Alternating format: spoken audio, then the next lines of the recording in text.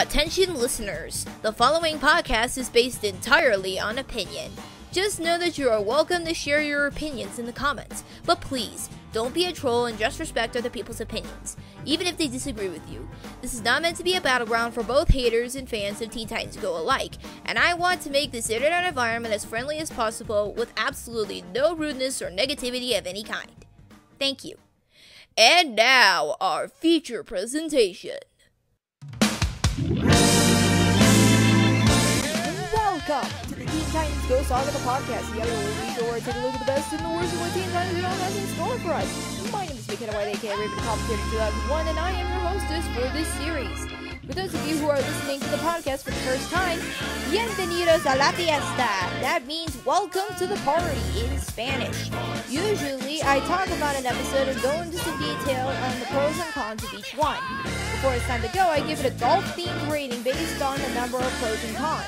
The ratings for this and my future reviews are hole in one, eagle, albatross, birdie, par, bogey, double bogey, and triple bogey, with a hole in one being the best and a triple bogey being the worst. So sorry for not taking the time to prepare and make the podcast for last week. Hopefully, this episode should be out earlier this week, along with an episode which may come on Thursday. So be on the lookout for a double podcast feature. Now, one other thing, I have returned from my Comic-Con travels. In a separate video, I'm going to talk about my experience at Comic-Con because everyone shut up. As leader of the Titans, my opinion is more important than yours. Oh, hey, it's Robin. Welcome to the Raventhecommentator2001 family. Why, thank you very much. I have a big announcement to make. This is not only my first time here at Raventhecommentator2001 Productions, but this is also my first time on this podcast and hopefully future videos. Hey, what did I miss? Robin just came in. Oh, I see. I bet you and I are gonna get along just okay. What are those? These are notes from McKenna. I think you might need to sit down. If you like. Oh, that's fine. Good. You could just sit right here. Anyways, you're in for a very special episode today because we have, drumroll please,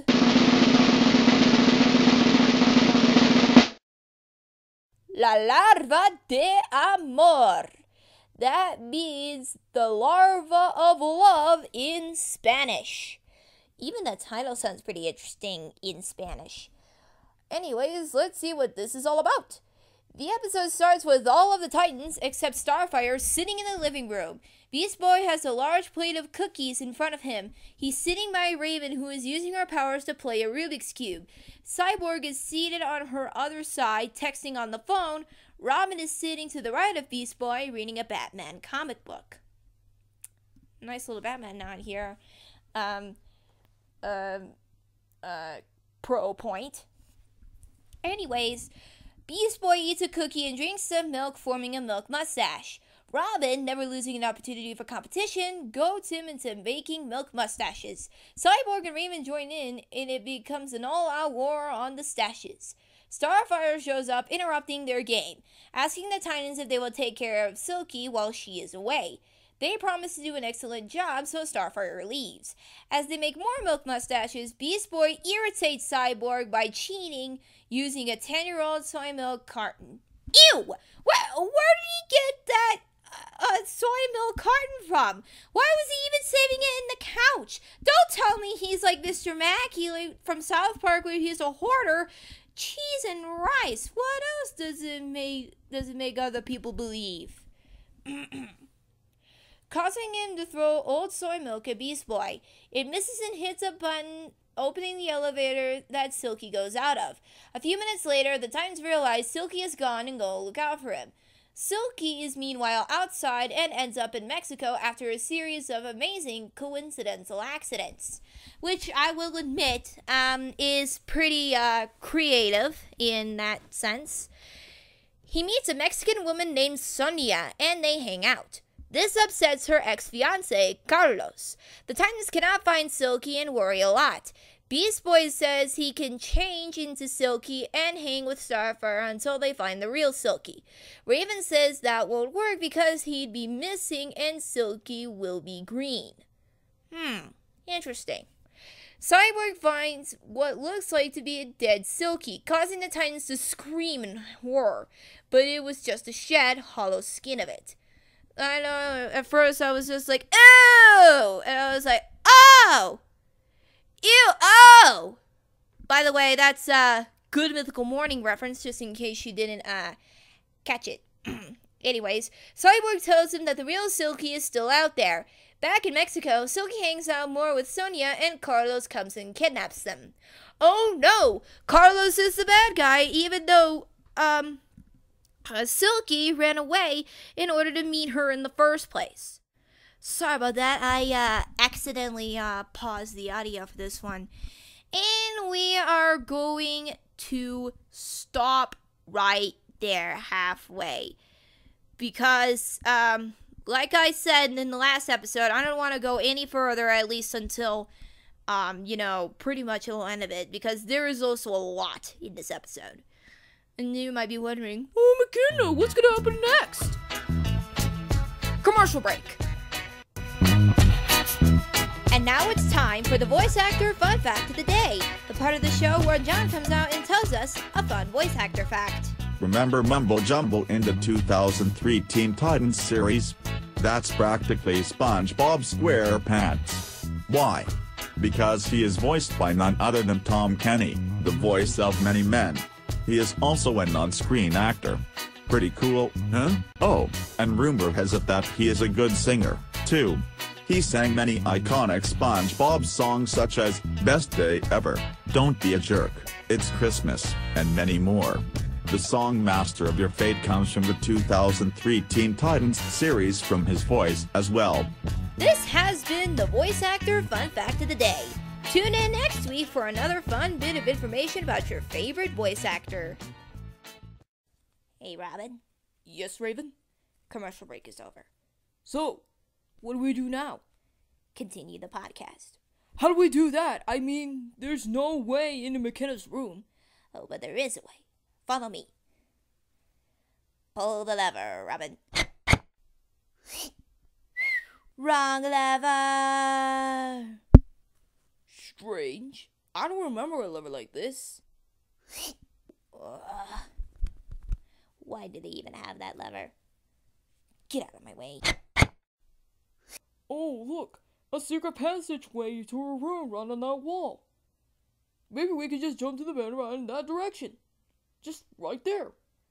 Robin, I think that is a really bad idea. What are you talking about? It's the only way in here.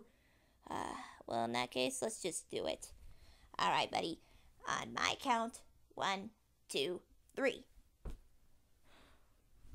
Whoa, how did you guys get in here quickly? Well, let's just say that it was a long story. I need some milk. Alright, I'll get you some milk as soon as you sit down.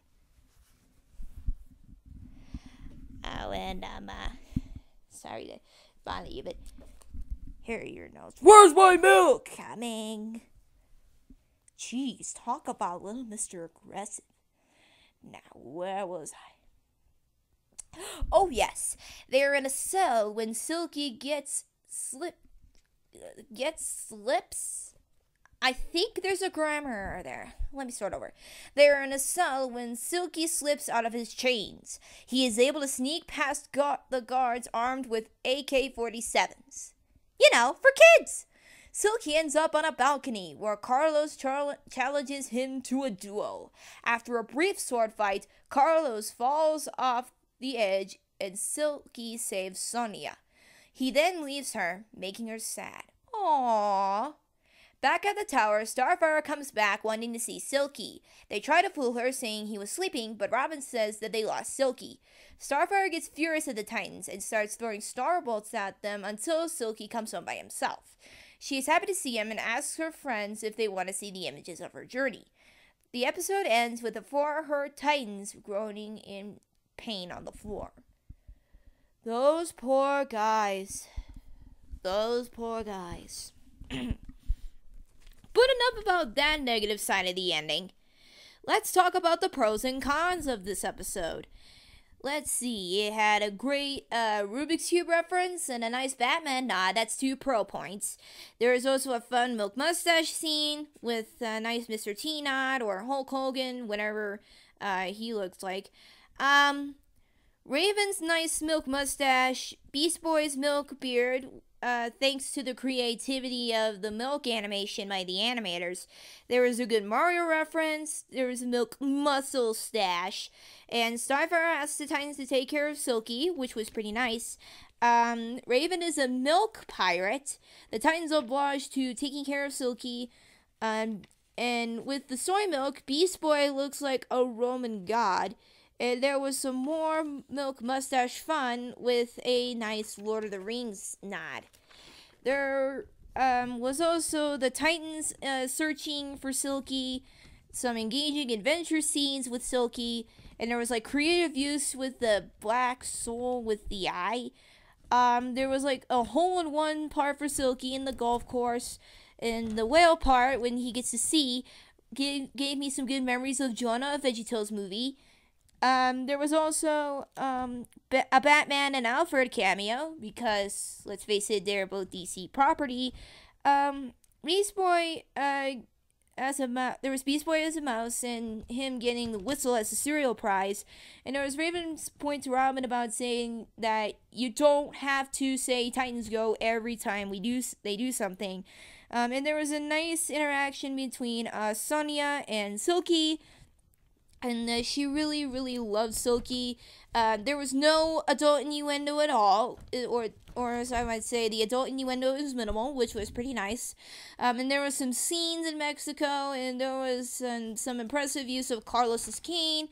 And there was a good roasting scene in Spanish. And Silky easily gets out of his chains in the jail cell. And there was like a creative escape scene with the AK-47s. Again, this show was aimed at children, so having guns like this would really make it sound like some sort of joke. Anyways, let's see. The last time Carlos falls out of the edge. The last time of Silky and Sonia's interaction was very sweet, very sad but sweet. The truth about Silky being lost was revealed, and Starfire comes down after Silky returns. However, there are, some drawbacks to this episode. A lot of them. Sorry. There was like milk armpits, which was pretty gross. And the task of licking behind Silky's ears, that's disgusting. And the 10-year-old soy milk was just ew. Just ew. Why would you keep it that long? And Cyborg drinks it. Ugh, shouldn't have done that. Silky runs away from the tower. There's Ramen smelling the lipstick and unlocking her diary. And there was supposedly a dead body in Starfire's bed. Let's see if I can look in the references here. Sorry about the long pause here. It's just that whenever it's like it's Dead Man or Boston Brand. Apparently, she must have killed.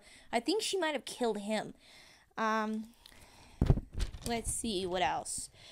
There was a hole in the wall when Cyborg was looking for Silky. There was Beast Boy eating cereal wrong without a bowl, and then Beast Boy changes to Silky. Let's see, and there was Cyborg, and there was the mourning over Silky's shell, and that was just sad. There's Beast Boy overreacting in fear. The guards just don't even notice Silky's escape. And Carlos tries to kill him. The Titans, they try to fool her. They lied about Silky. They saying that they were sleeping. There's Beast Boy disturbing Starfire with his with Silky Shell. Then Starfire getting angry and attacking the Titans while destroying the hall. And there's her screaming. Plus, the ending was messed up. She asks the Titans to help to see her photos of her journey, and then the Titans, they're just groaning in pain, all because of Starfire's anger. Having some mean-spirited moments in the show, like in Pie Bros with Cyborg fighting Beast Boy, for instance, was already bad enough, but Starfire getting furious at them while just throwing star bolts resulting into injury? That is really messed up. When this happens, she should have just called 911. But did she even know what the words ambulance and hospital mean? I'm sorry for saying such terrible, things, but I'm just trying to get my point across here. So tell me, Raven, what did you think about the episode? Well, I thought it was really fun to see Silky going on an adventure by himself. I really enjoyed it. The scenes in Mexico and on his journey were very action-packed. They were a lot of fun. I loved the interaction between Sonia and Silky. I liked how Carlos was portrayed as the bad guy because he's apparently Sonia's ex-fiance. But aside from all this fun stuff, our side of the story struggled too. But there was a fun little scene with the milk mustaches. I'll give it that. However, Robin was just going around snooping in her room, smelling her lipstick and unlocking her diary, just using it as evidence. I mean, really, why would somebody just get into their diary like that? Jeez, it's like you're giving somebody bad memories of Little Yellow Book from SpongeBob. Jeez, what is up with those people? Other than that, it was a pretty fun episode to be in. And the scenes with Silky are pretty good, like I said. And that's all that I have to say. Okay, thank you. So, Robin, since this is your first time here in the podcast, what also did you think about the episode? Well, I think all in all, it was pretty decent. It was a pretty good episode. I had a lot of fun with the milk mustaches, as you said.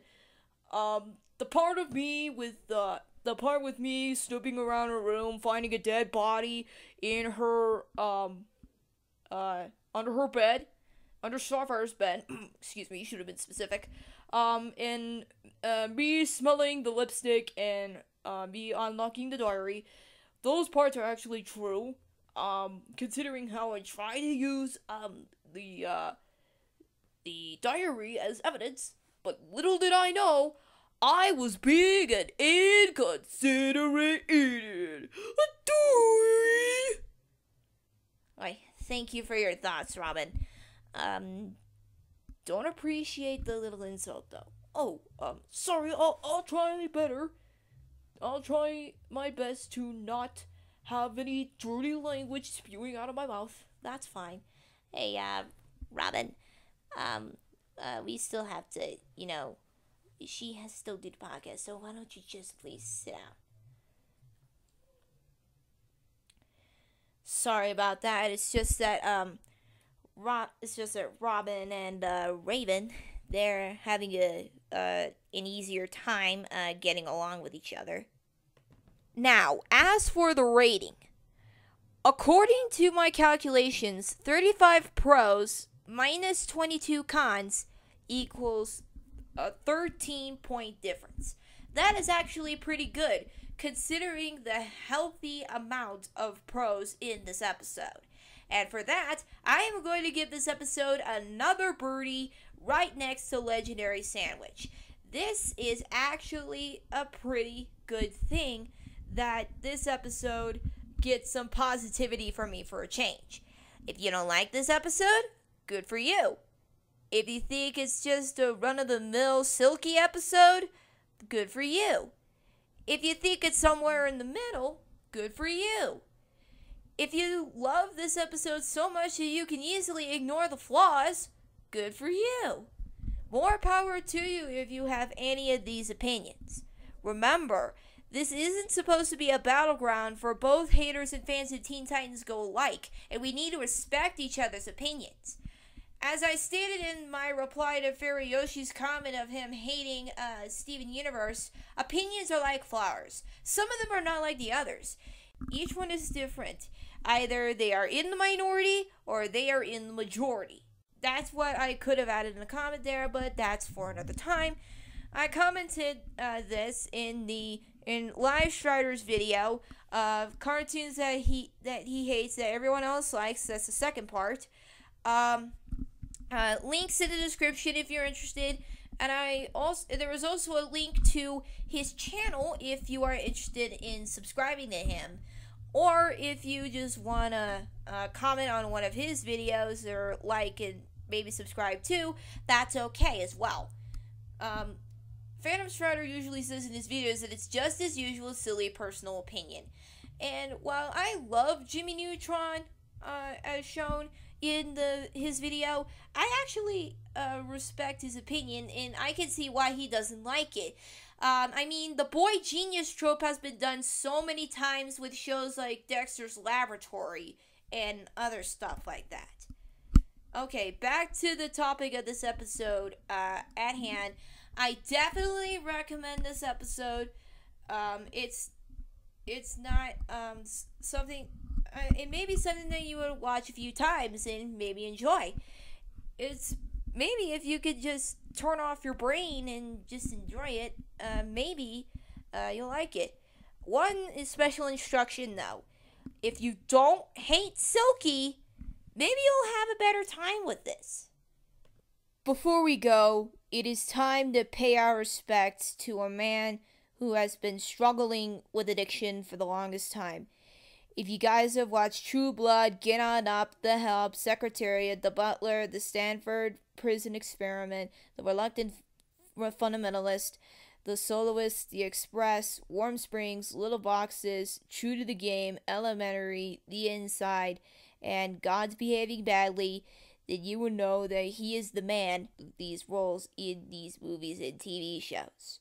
He's been on Elementary ever since 2012, and he's been on True Blood as Lafayette from 2008 to 2014 when the show got canceled. Rest in peace, Nelsan Ellis. We will miss you. Remember watching Forrest Gump? Well, his mom says, don't worry, dying is a part of life.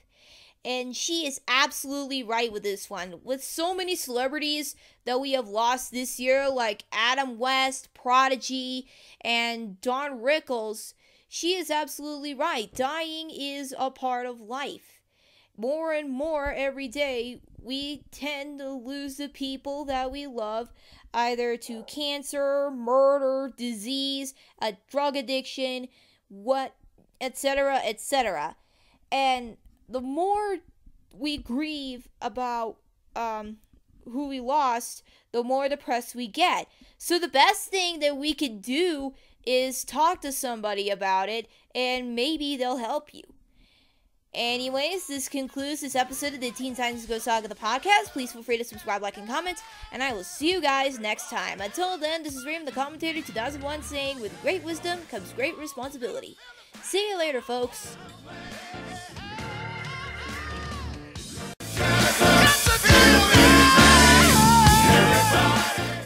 Hey, it's me, Raventhecommentator2001 again. Autism may seem funny in comedy, but the truth is, 1 in 68 children currently living in the United States, like me, has been diagnosed with autism. To learn more about how you can improve the lives of those affected by autism, visit the Autism Society of America at www.autism-society.org.